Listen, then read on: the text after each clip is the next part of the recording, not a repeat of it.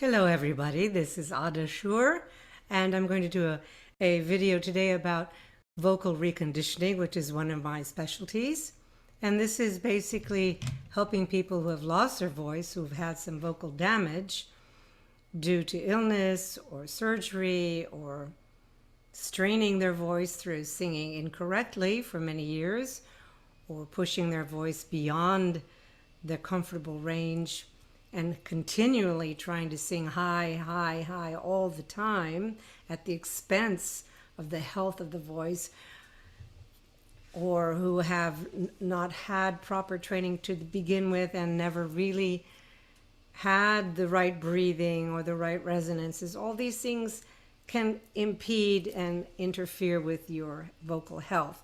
The voice is very delicate. It's very easy to get it strained, to sing too often in repertoire that's too heavy, to overschedule, to overbook, whether that's if you're a local, just have a local career or an international one.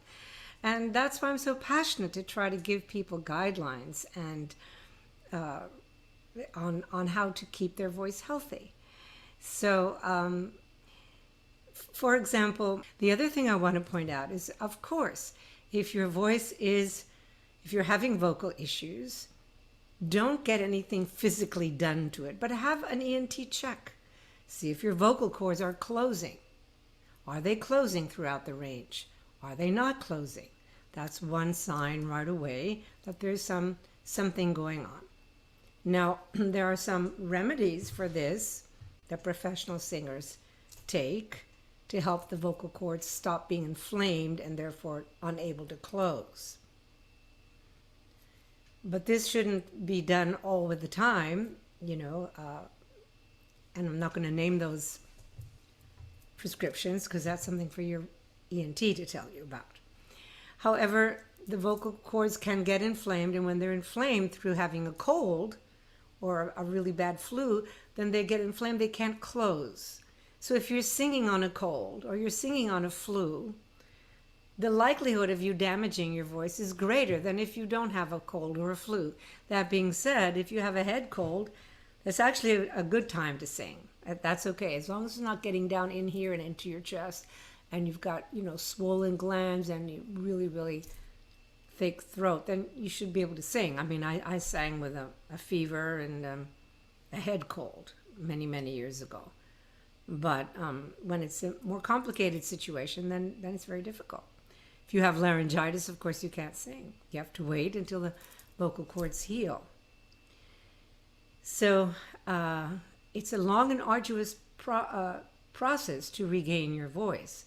And having lost my voice due to improperly singing in career when I was ill, and over practicing when I shouldn't have, I had some problems with my voice, and I had to retrain, and that's how I actually got the perfection of my technique. Came from that time in Europe where I lost my voice for a few months, and I went to a fantastic ENT who also taught me some of the holistic special exercises that I teach that were created by a disciple of Alexander. The method of the Alexander technique is about how to have the body in alignment and all the organs in the body and all the spine and everything in the body in alignment in its most holistic, natural way.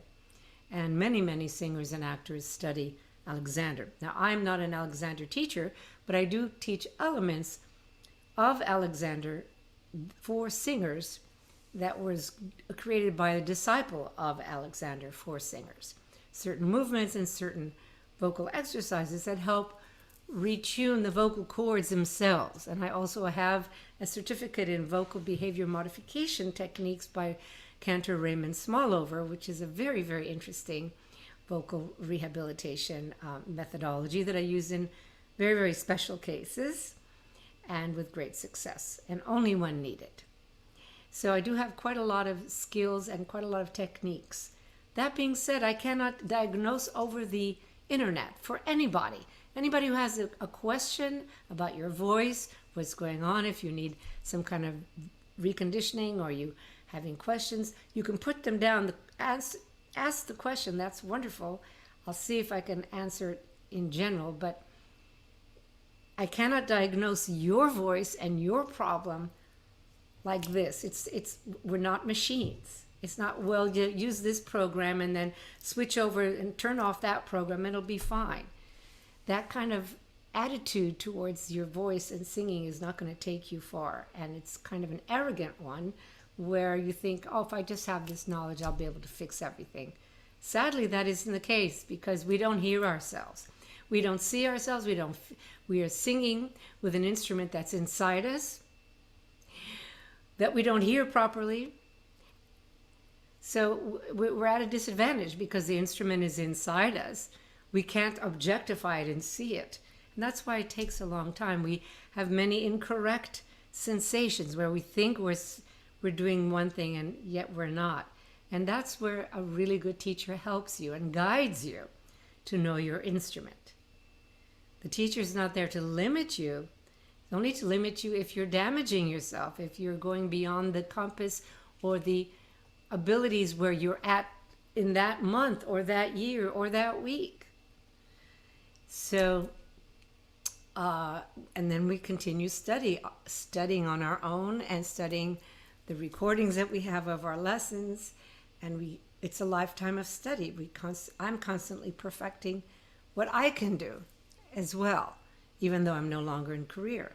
I'm fascinated by the study of voice. And each voice is unique, and that's what I love. Everyone is unique. There are basic fundamentals, but the application of it is unique. To be case by case, individual. One thing that everyone has to understand if you're reconditioning, it takes patience. It takes a scientific mind to be very, very calm and very observant. Just see what your voice is doing that day, not to get all frustrated. Oh my God, it's never going to happen, and throw in the towel. Your voice can get repaired, but how much it can be repaired depends on how much it was damaged. So it's a journey and it's a process. And sometimes the voice comes back even better than before. Many of my students, that's been their experience. Certainly was my experience, but it's not always. Sadly, if the voice has been severely damaged through a series of illnesses or surgeries or who knows what, then we're dealing with a much more deeper issue.